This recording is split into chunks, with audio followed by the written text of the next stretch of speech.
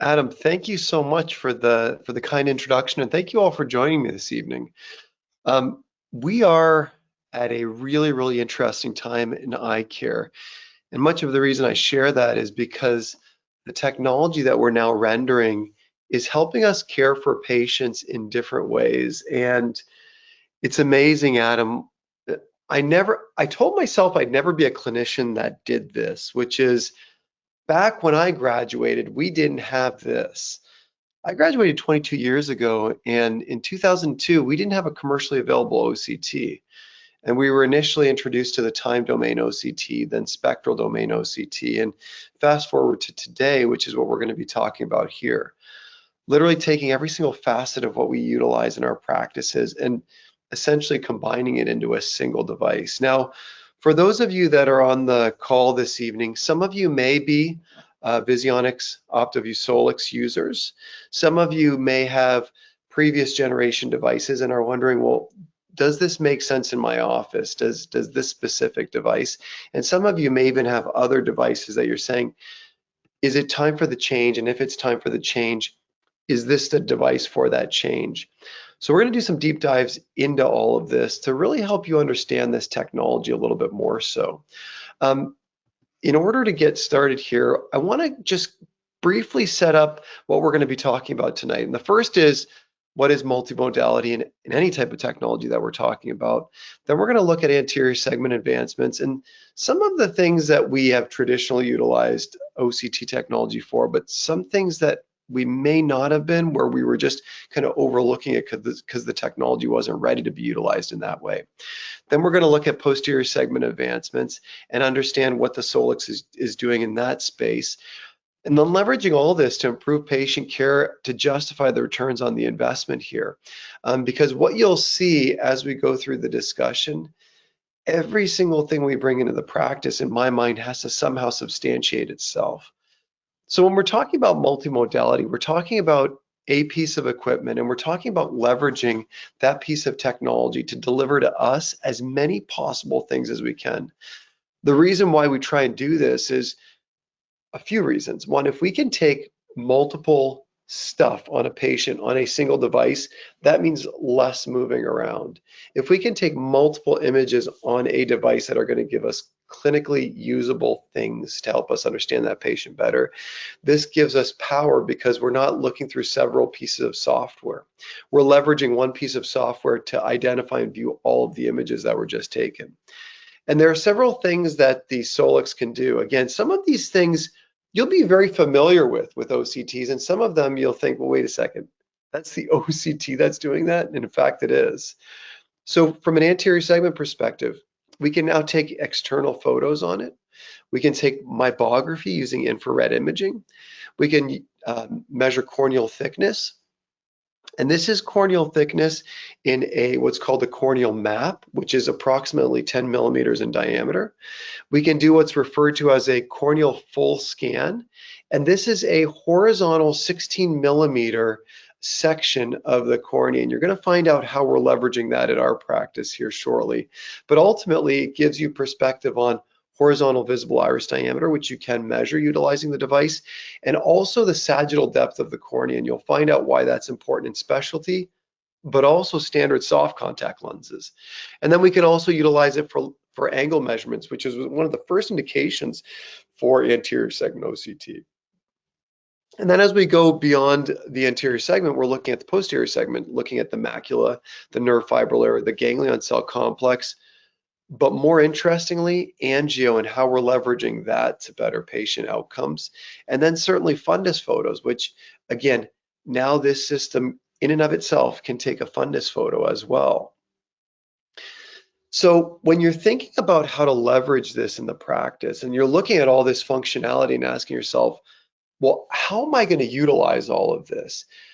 We almost need to start rethinking about the way we're doing things. So the way that we used to utilize OCT when we first got it in the practice was we'd examine the patient, and then what we would do is we would order the tests. So if I had a glaucoma suspect, for example, I would see the patient. Then after I saw the patient, I would order an OCT and I would order a visual field.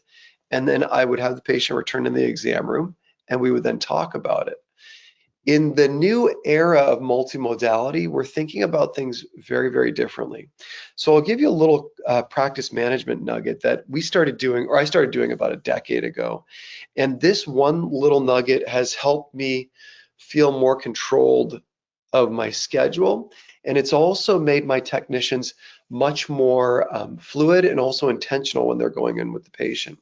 So we go over my schedule in the morning, and what we do is we plan appropriately for the testing that's required. So for example, if I have a MAC-Degen patient, as part of the pretest, they'll actually perform what we refer to as or what we have programmed in our system as the retina fast scans on that patient.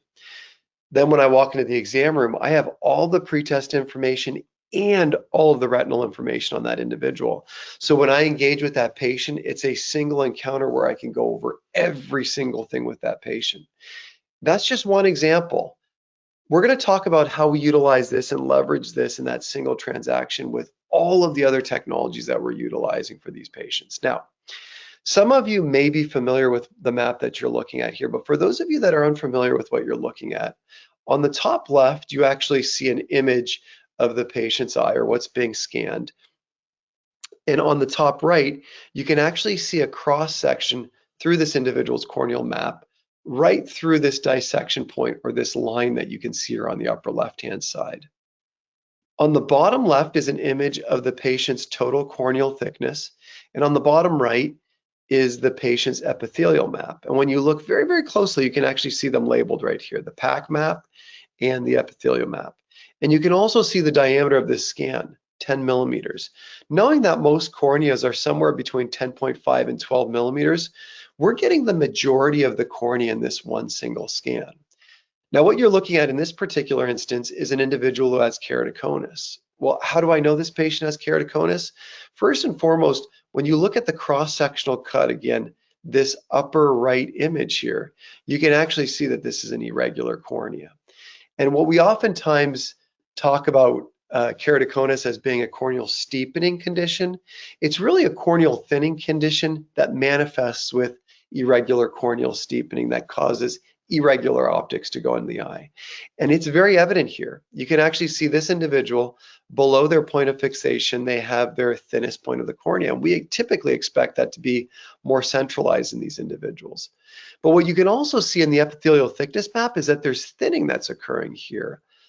There's this donut of thickening around this region of thinning. This is very, very common in patients who have keratoconus.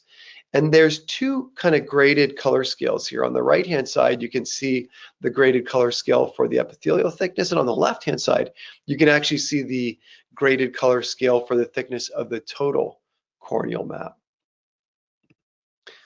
Now, when you look at more advanced cases, we can actually look at it in different ways. And it's interesting because although I'm showing you these as different scans, all it is the flick of a button. So what you're looking at here, for example, and it looks very similar to what we just saw in the previous picture, where you see again the image of the cornea up here on the left-hand side. You actually see the cross section through the cornea. You see where there's this irregular thinning inferior temporally here on this patient's left eye. But what you're looking at here on the right-hand side, again, with the click of a mouse button, is not the epithelial thickness anymore, it's the stromal thickness. And again, that button's just clicked right up here, right where I'm circling right here. So again, with the click of a button, you can be looking at the stromal thickness as opposed to the epithelial thickness. Well, why is all of this important? There was a pretty large scale study that was published several years ago, and you may have to tilt your head or turn your head to the right to see this actual chart. And I'm not sure why every single time this document gets transferred, it always does this. But this chart actually comes from a publication about a decade ago that actually looked at all of the metrics that we typically see on the OCT anterior segment scan that we oftentimes don't necessarily pay attention to other than the minimum corneal thickness right here. But these are all metrics that are already collected from that scan, and it simply asks you to determine what range they're in and gives you a keratoconus risk for that patient, not knowing anything about the topography, just looking at the corneal thickness and giving that patient a risk or a keratoconic risk score. So for example, all of these measurements right here, All of these are specific to the total corneal thickness map, which is on the bottom left here.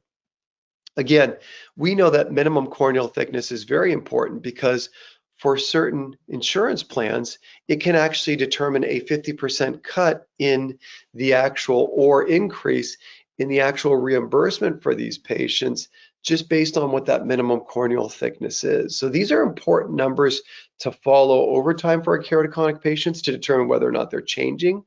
And in addition to that, it's also important to determine what level of keratoconus they are for certain vision plans that we're fitting specialty lenses for. But again, taking all of these together, you can, with a high level of certainty, predict whether or not an individual has keratoconus just based on those anterior segment scans. Now, one of the things that we've seen that we thought, why would we utilize this external photography tool when we have anterior segment imaging in every single one of our exam rooms at our slit lamps? And this has been a true gem, and I'll tell you where we utilize this. So whenever somebody's coming in for a specialty lens fit, whether they're referred from another doctor in our practice or referred from another doctor outside of our practice, there's a series of scans that we take on that patient. The first is external photography, which is what you're seeing right here. And the reason why is because we want to see if there's any visible opacities that are going to limit our ability to get that patient the best visual acuity. This is a perfect example of that. So again, when we have a new specialty lens wearer coming into the practice, I guide the technician to take external photos. And this is what helps us fit these patients better because it immediately helps us set expectations. In addition to that, we ask the technician to take infrared imaging of the palpebral conjunctival surface. Why do we do that? Well, in addition to assessing the opacities, whether or not they are present or absent on the front of the eyes, we also want to determine the health and the viability of the meibomian glands that are present, because ultimately, this is one of those important factors that will determine whether or not these patients can wear specialty lenses successfully. Again, all at the same instrument or the same tool, so the patient doesn't have to move to another instrument. So let me share with you a case. Adam, I think I may have shared this case with you on the last webinar, but this is a 31-year-old female. She's in for an emergency visit. She heard a pop in her eye. The vision got fuzzy, and the eye started to get sore shortly after that. She currently wears soft contact lenses on a part-time basis. Their silicone hydrogels -4, -4x 180. The vision is 2100 in this eye now after she removed the lens, and she's now just looking with her glasses, and the pressure is 16 millimeters of mercury. So this is immediately a weird case presentation. Let me show you what the clinical findings are here. So again, this is the slit lamp videos that I took, and this was at a time where we were trying to decipher how are we going to utilize this technology in our offices. So again, 31-year-old female, this is the slit lamp evaluation at that visit. Now, one of the things that I want to point out is this little region right here. Again, you can see this kind of cuff right here that exists. When we took the corneal map on this patient, which is what we did in order to get a better perspective of what's going on in the cornea, you can see this massive amount of swelling. We just don't expect to see the endothelial surface this irregular. When you look at the epithelium, you can actually see that there's this epithelial detachment that's present here in this region, corresponding to the area that we see at the slit lamp. Here was the challenge with this individual or this patient when we look at the total corneal thickening. And again, this is way above normal ranges. We don't expect these numbers to be in the 6, 7, 800s, and they are in this individual. And you can see the epithelial defect that's present right, or excuse me, the epithelial detachment that's present right here. So these are outside of the normal range of what we would expect. The challenge is we're all leaving for our state conference the following day. We have a few technicians that are behind. So what we did was we had our technician actually, we saw the patient back the next day. I prescribed corticosteroids, Pred Forte to be precise, to be utilized 4 times a day.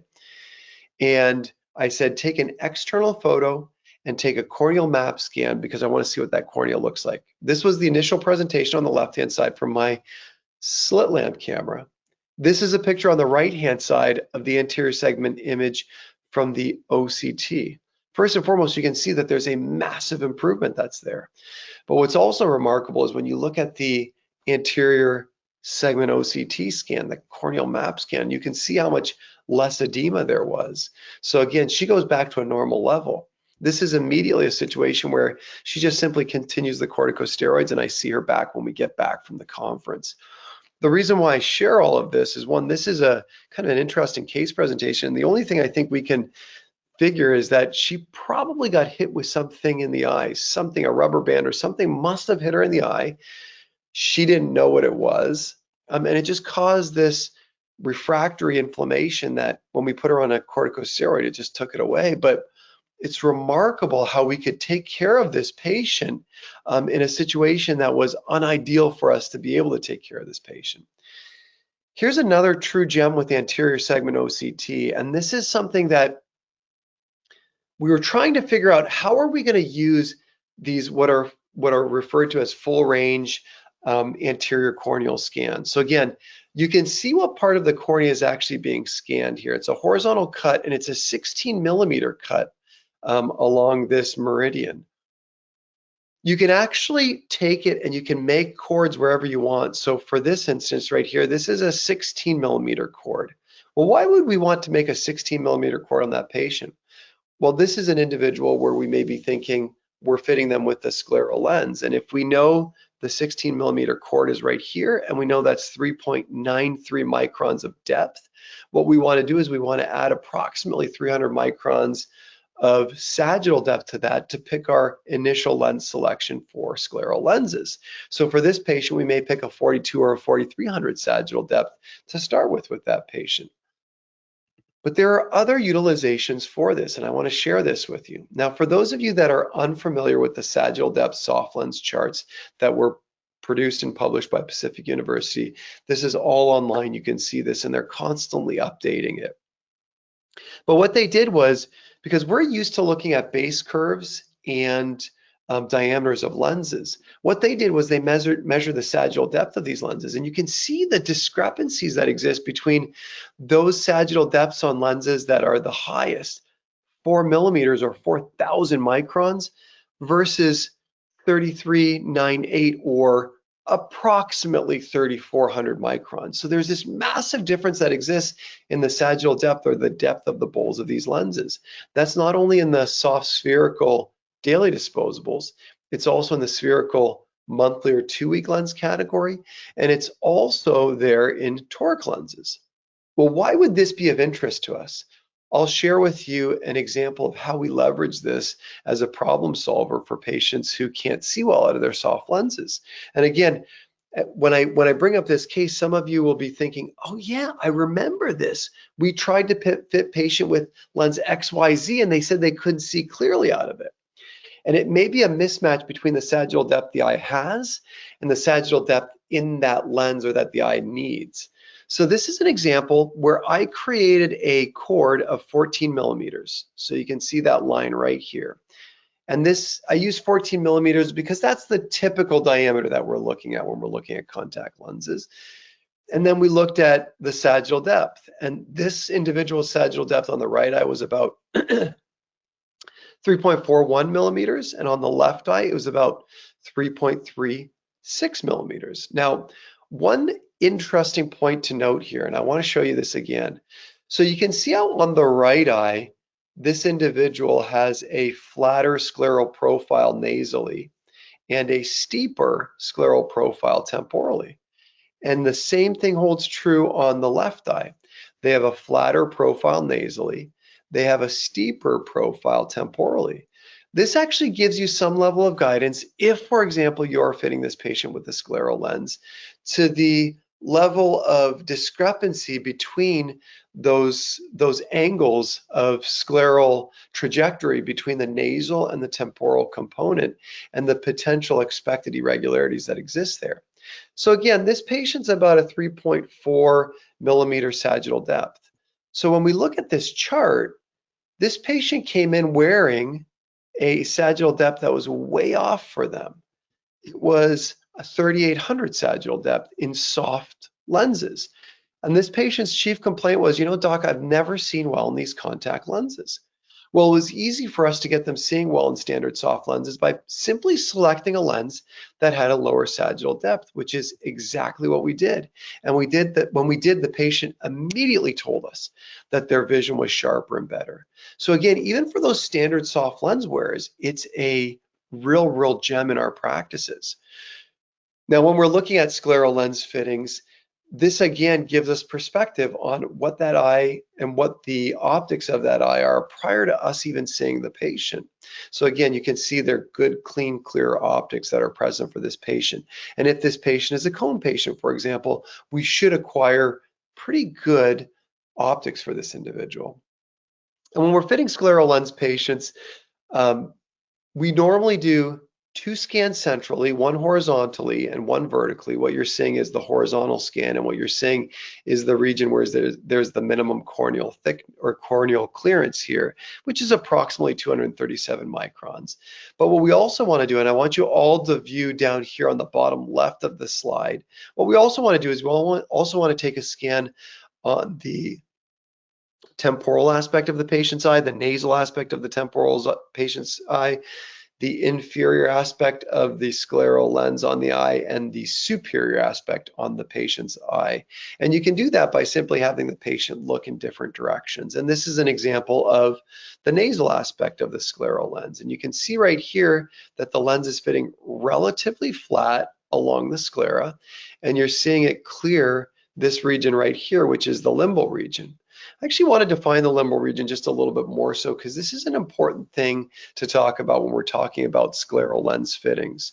So again, you can all see this kind of little white tissue right here, and I'm going to take this orange line away, and I'm going to put it back in. That's really the transition zone between the sclera and the cornea, because the sclera and the cornea kind of continuously change with one another, and you can see that when I remove that orange line here. And where you see that triangular piece of tissue, that's the region where that limbal region resides. And that right there is what we want to make sure is cleared when we're placing these scleral lenses on the eye. We don't want to put excessive pressure on that region. Now, why do I show you the normal situation? Because what we want to avoid is the abnormal situation. When you look closely here on the right-hand side of this scan, you can actually see these small little mucin deposits. This individual will complain about visual clouding or visual fogging.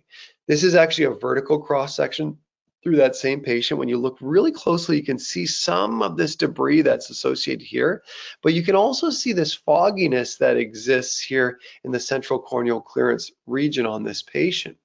So again, this is something that we're trying to avoid. When you actually look at the patient's nasal scan, you can actually see that clouding as well too. Oftentimes, this is the result of an individual whose scleral lens edge is too flat for the scleral profile. So guys, we just talked about the anterior segment. There's so much more to go over on this technology. Now, we've known for over 2 decades at this point, starting even with GDX technology or scanning laser polarimetry technology, that we could actually measure nerve fiber layer thickness. And in doing so, we could actually determine some structural changes before we even saw them functionally through a standard visual field.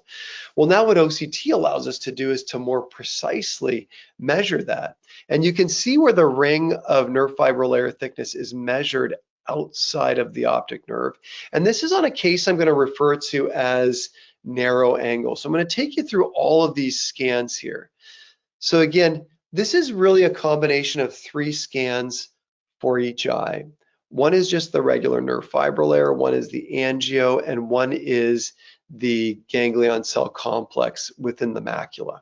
And what you can see here is, again, in this instance, when they compare this patient to a population of normals, this individual's nerve fiber layer thickness in this region seems to fall within that normal range. Again, a concept that we're all very familiar with. This right here is simply the angio view of that patient's optic nerve. And what you can see even here as well too is there's no real dropout that's visibly seen, corresponding to the really nice normal range of nerve fiber layer thickness as well too. So when we take the images of both eyes, there's several things that we can see very quickly in what's referred to as the combination OU report on this patient. So when you look at the top, you're actually looking at just fundus photos. And again, this is always a great review because it gives you perspective on physically what that optic nerve looks like. When you drop to the next row, you can actually see the nerve fiber layer thickness on this patient, which is within the normal range. And you can also see the ganglion cell complex. Now, the ganglion cell complex in this individual ranges anywhere from like the high 80s to the 90s, and that's a pretty typical or normal range for most individuals. And what you're looking at here is simply the superior versus the inferior retinal nerve fiber layer thicknesses. And the reason why the instrument does that is to determine whether or not there's any large discrepancies or differences between superior and inferior nerve fiber layer thickness, because we know that's even a cue for us to become much more suspicious if we're dealing with a glaucoma suspect, which in fact this patient is. And this right here is a kind of a large pictorial depiction of the ganglion cell complex thickness in 4 large regions. And you can see when you compare the two, again, the right and the left eye, they're very, very symmetrical in this patient. The real value in all of this is, 1, determining whether or not there's asymmetry between the 2 eyes, and 2, determining whether or not there's change over time. And that's what you can see here in this trend analysis. Just as an example, you see the superior retinal nerve fiber layer thickness at 3 time points staying very, very steady. So again, this gives us a good indication that there's a good stability here. And again, this is that individual's GCC inferiorly here. So again, it gives you different perspectives on different measurements over time. So for this patient, we actually measured the corneal thicknesses here. And again, in this patient, it's 532 in the right eye and 534 in the left eye. Again, not terribly thin, but thinner than what we would expect as a protective factor from the OATS study, which is greater than 588 micrometers. And we know that lower than 555 micrometers actually puts a glaucoma suspect in a greater range of risk. And again, this is typical stromal pattern that we see inferiorly here. Again, this is the epithelial map that you see inferiorly here on both eyes. And again, with the click of a button, you can change that to see the stromal thickness as well too, which we would expect it to be less than the total corneal thickness because we're not taking into the account the epithelial thickness map. So now we look at this patient's full range scans, that 16 millimeter scan. So what's cool here is we can actually see this patient's diameter. Again, this automatically gets measured, and you can see the horizontal diameter is approximately 10.8 millimeters. But what we also see is this large horizontal scan, and where you can see the angles, and you can see they're visibly narrowed here and here. Well, we have to ask ourselves, what's the normal range for this? So again, a normal range is greater than 20 degrees. So when we look at this patient, when we actually measure this individual, we're at about 11 on the nasal and temporal aspect. So this is an individual that's at a high risk. And to give you the rest of this individual's history, this was a patient who actually had peripheral iridotomies at the 12 o'clock position, and they're starting to close up. So we're sending them back to the surgeon to actually have those redone. And again, you can see this here, and you can see the similarities between the right eye and the left eye when you look at these full scans as well too. So again, these are all ordered before we actually see the patient. Let's jump into macula, because this is where massive advancements in angio are helping us care for patients better. Now, the way that these systems work to measure angiography is they take multiple slices of a tissue at a given place, and they compare those slices over time, and they ask themselves, what's changed in slice 1 versus slice 2? And what's changed, they assume that that's blood running through a blood vessel. So that's why it recreates this pattern here. And when you go over to the right here, you can see that this is the superficial pattern of the retina that you're seeing here, and also the superficial blood vessel pattern. But this actually goes deeper into the retina as well too. This goes into the deep layers of the retina, where we expect a finer vascular tree, which is exactly what we're seeing here on the left-hand side. We can actually go to the outer retina, where we expect it to be avascular. Now, this patient, you can see down here on the traditional A-scan OCT scans, you can see that this patient has relatively large drusen that's present, and you can see that in the infrared image on the right-hand side here. So again, it's important to note that you can actually see the drusen that's present here, but when you're looking at just the angio view here on the left, we expect that to be absent or void of any blood vessels because that's an avascular region of the retina. And what you can see here is the choriocapillaris, where the drusen is actually obstructing some of that imaging from occurring. So that's what we expect to see. These aren't actually spots in the choroid, but it is preventing some of that choroid from being imaged because of the drusen that's blocking it. In addition to that, we can actually change it. Sometimes people prefer to look at these angio views in color. And again, that's nothing more than a click on the right-hand side of your OCT. So again, this is one image that's taken by your technician, and I'm showing you all of the stuff that you can do with literally that one image that's been scanned by patients or by the technician. Again, you click another button over here on the far left-hand side referred to as the density map, and it brings up this little guy right here. And what this does is it gives you perspective on how dense the blood vessels are in that macular region.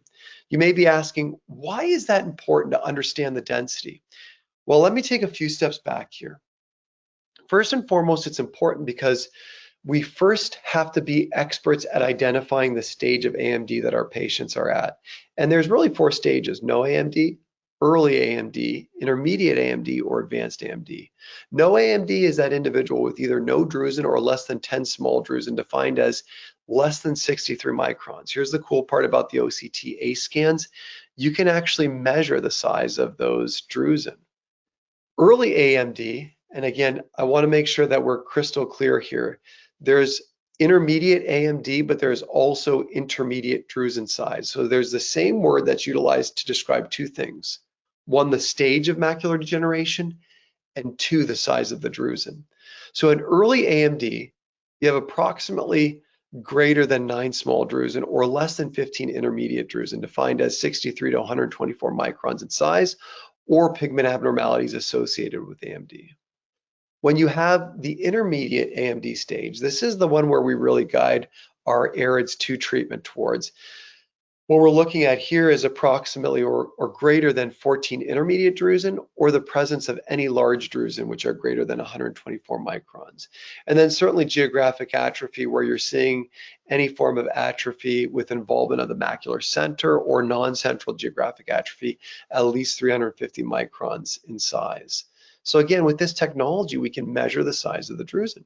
So this individual right here has one large druse that's 304 microns, greater than that 124 microns. That puts them in that intermediate category. So why is all of this important? Well, all this is important. All this vascular supply is important because you can actually see blood vessels in wet AMD that are in places where they're not supposed to be. But you can also look and leverage our understanding of the foveal avascular zone, or FAZ. That's what you're looking at right here. So you can see this individual right here. This is a region of the macula that we expect to be avascular. And you can see the size of the foveal avascular zone in this patient is 0.19. That's, relatively speaking, a pretty normal sized foveal avascular zone area.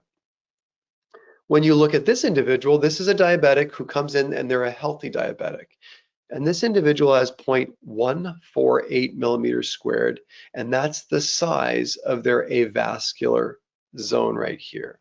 And when you look at the density map on the bottom right-hand side here, you can see that other than centrally here in that foveal avascular zone, they have a rich density of blood vessels.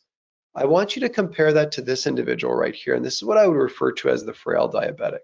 So what you can see here is that this individual has a large foveal avascular zone right here. It's 0.593 millimeters squared.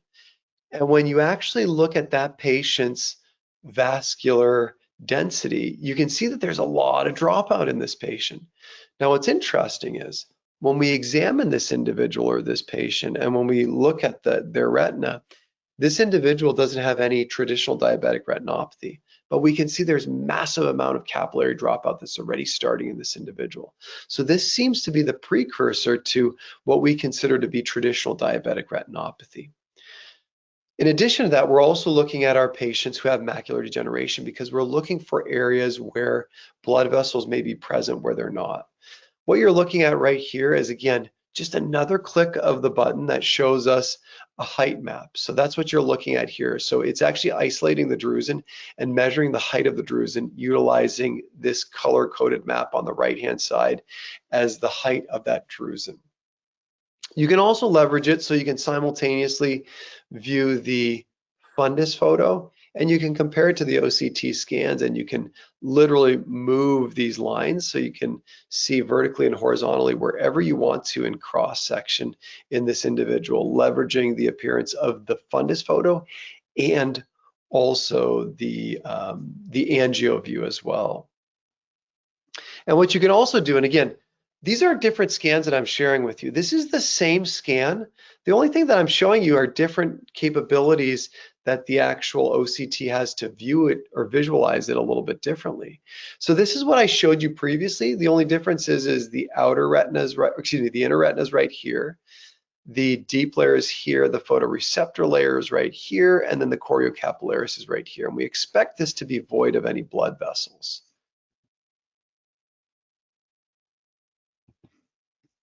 And when you look at this patient and are attempting to compare right eye versus left eye, we can do that very easily. Again, this isn't a different scan again that we took on this patient. This is one scan. It's acquiring all this information and then it's providing us this data in just a way that's easily visualized or viewed by the clinician. And again, this can even be viewed side by side in a larger magnification. This is an example of a patient that I recently saw where, again, you see the traditional A scan here where there's some irregularities that exist here. You suspect some fluid here. And when you actually look at the angio scan, you can actually see some irregular blood vessels in the choriocapillaris right here, and also submerging itself within the what we expect to be the avascular region of the outer segment of the retina. So again, when we're thinking about the functionality of this technology, it's vast. And if you're thinking about incorporating something like this, the first step is to learn a little bit more about it. And then if and when you get it in your practice, the next step is understanding what the protocols are that you're going to follow initially, because they will change. We've had this in our office now for about 6 months, and our protocols are constantly evolving based on what we continue to learn about the technology and the system. But when we're thinking about multimodality, we're thinking about, again, sophisticated instrumentation that leverage and give us a multitude or a plethora of diagnostic options within a single box. And that's really what we're looking at here. So with that said, Adam, I'd love to open it up for questions. See if there's anything that I maybe didn't explain quite as well as I should have, if there's questions that anybody has about anything. Great. Well, thank you so much, Mila. It was definitely a good deep dive into the functionality of the Solix, so thank you for doing this. So again, if anyone has any questions, feel free to type them into that little question box on the right side of the screen, and we will go from there. So let me pull up that box actually and try to figure all this stuff out. So let us see. All right. So, okay, so here's kind of a detailed question. I'll see if I can actually do this. In patients with PPA, is there an option for an RNFL circle scan to get outside of the area of atrophy? How would you best utilize it in high myopic patients? Thank you. Oh, so you know what? That's a great question. I will tell you now clinically how I leverage individuals with a large area of peripapillary atrophy and those, what I would even consider high myopes, or Adam, what I'd even more broadly categorize as those individuals with just funny shaped or tilted discs, these kind of just weird looking discs when we look inside of the eyes. So for those individuals, the retinal nerve fibril layer still exists in the peripapillary atrophy region, because again, the retinal nerve fibril layers still have to cross that region or area, so they're definitely measurable. That's not where my greatest concern is. My greatest concern is, again, with the heavily tilted discs, because sometimes that can do funny things to the impression of the nerve fibril layer thickness. But here's the good news on those patients.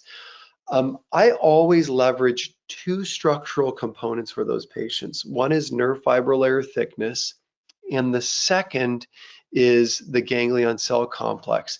Because once you get out to that macular region, a lot of the nerve fiber layer potential kind of quirky abnormalities that we see around the optic nerve actually get more normalized as we get into that macular region.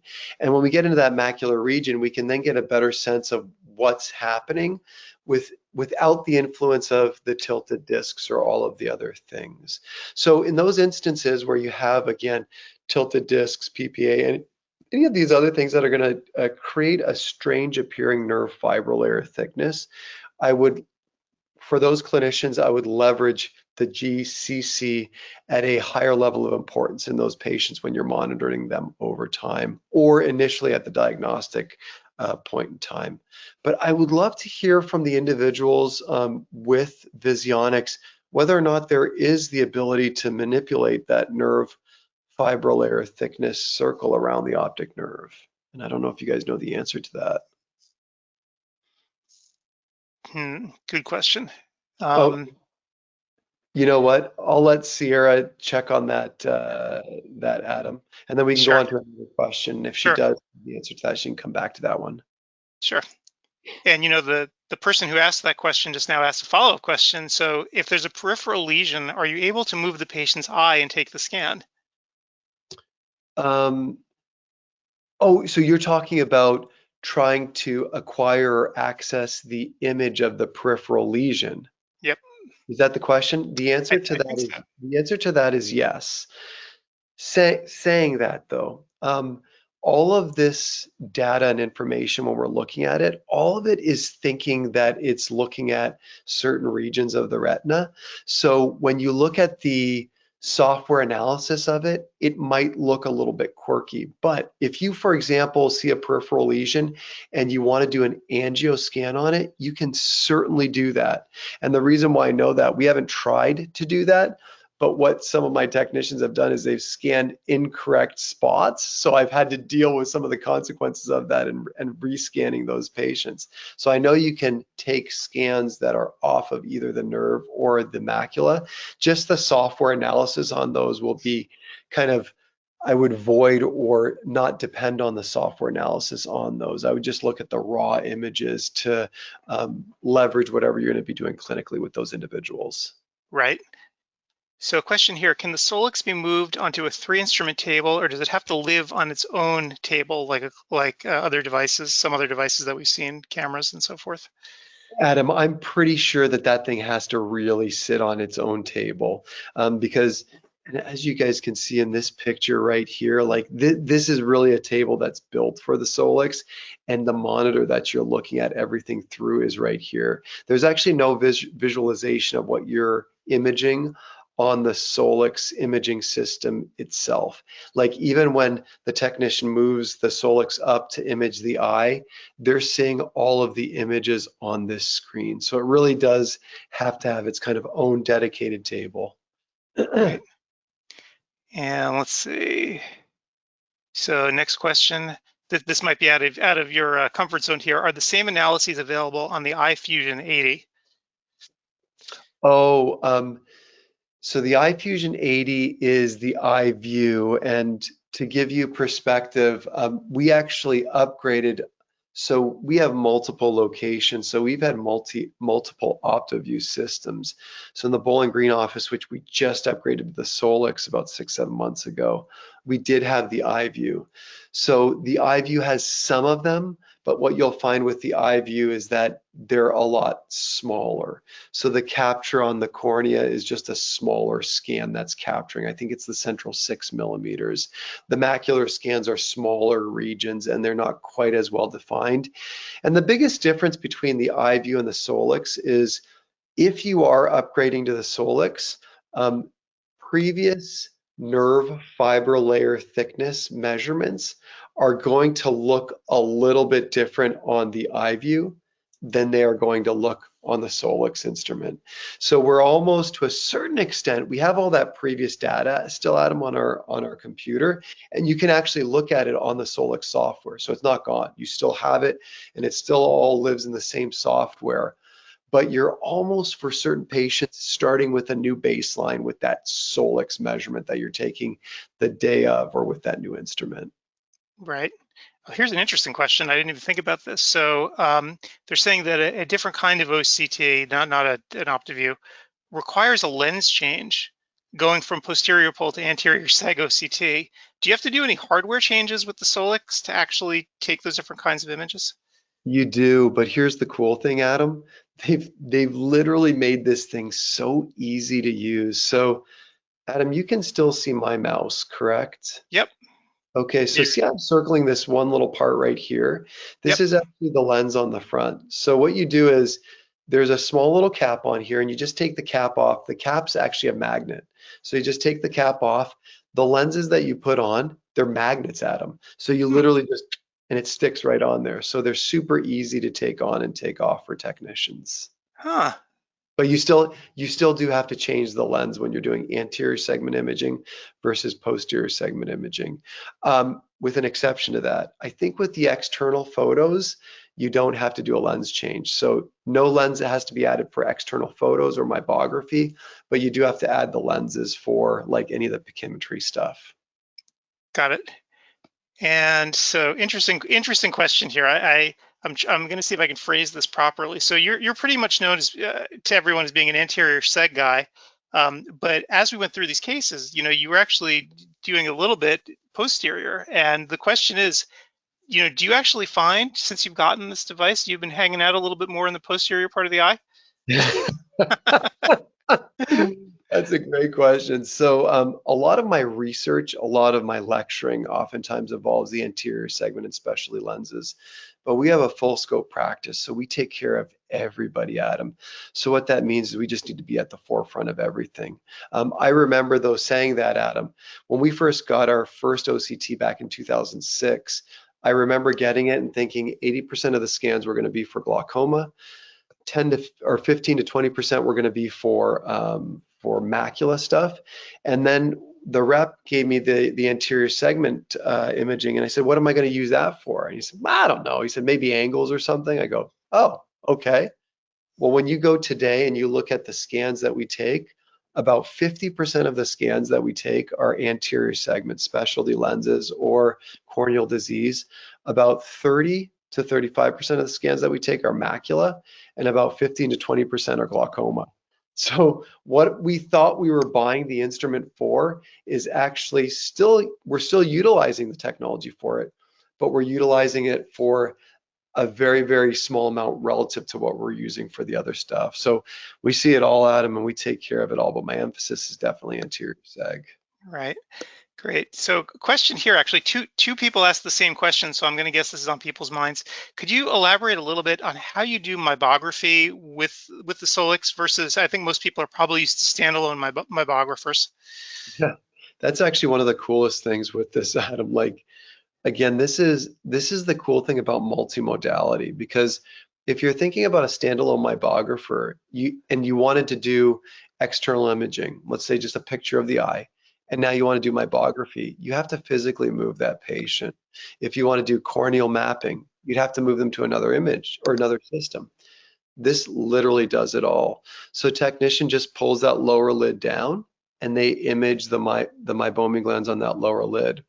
And a really great way to get the upper lid meibomian glands is to use the MyVerter. For those of you that haven't used it, just look it up.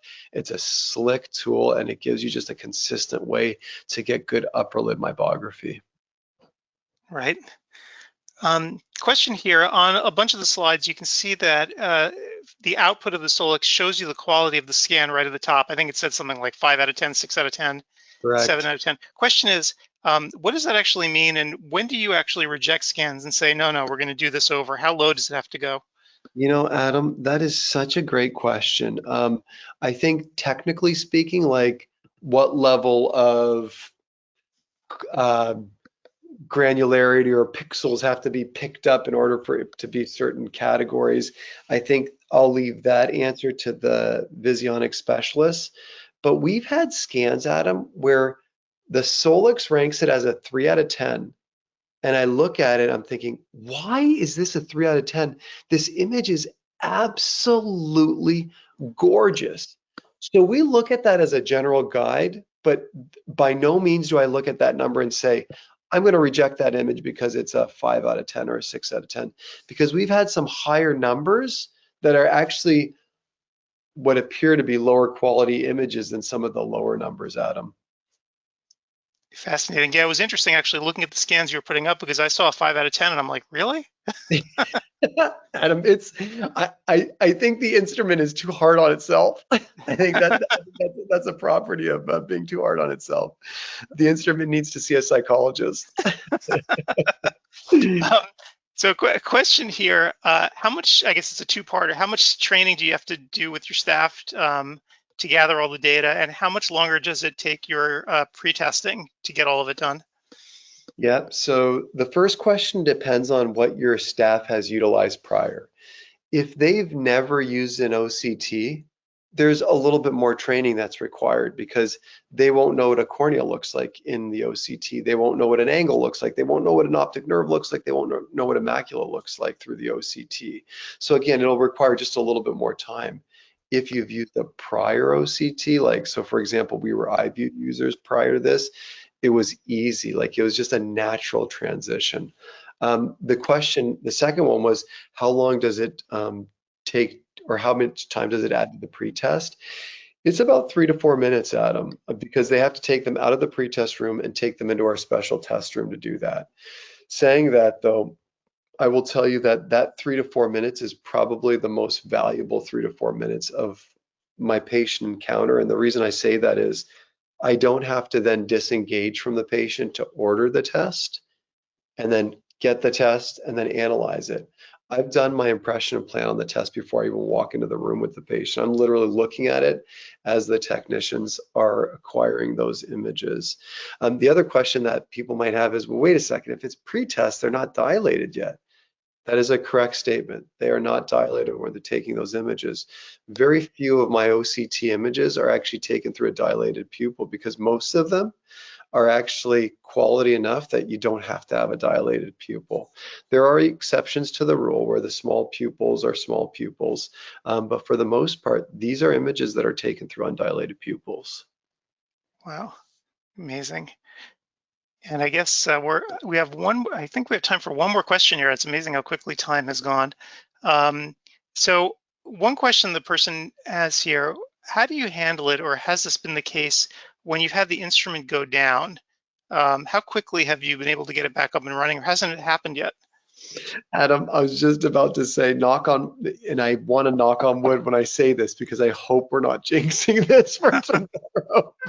But we've really, this thing's been smooth sailing from the get-go. Again, the only thing that we've run into is user error. There are things that we thought weren't working, and then when we talk to support on the phone, they're like, oh, you're supposed to do X, Y, Z. Got it. Okay, we weren't doing that correctly. So knock on wood, we haven't run into that situation with the Solix yet. Mind you, it will at some point happen, but our experience with their support has been pretty phenomenal, Adam. Right, and you actually just mentioned you can call them, so there's actually human beings you can speak to try to work through all these issues. You can communicate with humans on this one. It's not an AI, you're sure? Okay, so here or somebody from Visionix is going to have to verify that it in fact is not AI and it is a real person. If it's AI, it's really, really good AI. Right, and so in fact, that brings me to the other point. You know, we've mentioned it in some of the other webinars. When staff gets trained, you can do a lot of the stuff online now these days, right? So you can actually have real human beings at Visionix, but they don't necessarily have to be on premises with you, right? You can actually, they can take over the machine if they need to and help you that way. Correct. And I'll tell you, Adam, that for the initial training with an instrument like this, you can do anything virtual at this point, but really the hands-on and showing the technicians how a patient needs to sit and there's a lot of nuances with any device that are always good for the first time hands-on. But then after that, a lot of this stuff, a lot of the follow-up can be done virtually. Yep, absolutely. So I guess amazingly enough, we are out of time. Mile, thank you so much for doing this again. I think we all learned a lot. The archive of this will be available on ODwire probably within the next couple of days as soon as we can get it processed. So if you want to rewatch this, or if if you're watching this on demand, thank you for doing that as well. And there'll be a discussion thread about this webinar that runs right beneath it. Feel free to ask questions there, and I'll make sure that the right person can answer the questions that you might have. So Mile, thanks again for doing this. Thank you, Adam. All right, so I guess thank you everybody for showing up, and I hope to see you all again soon online. So good night, everyone.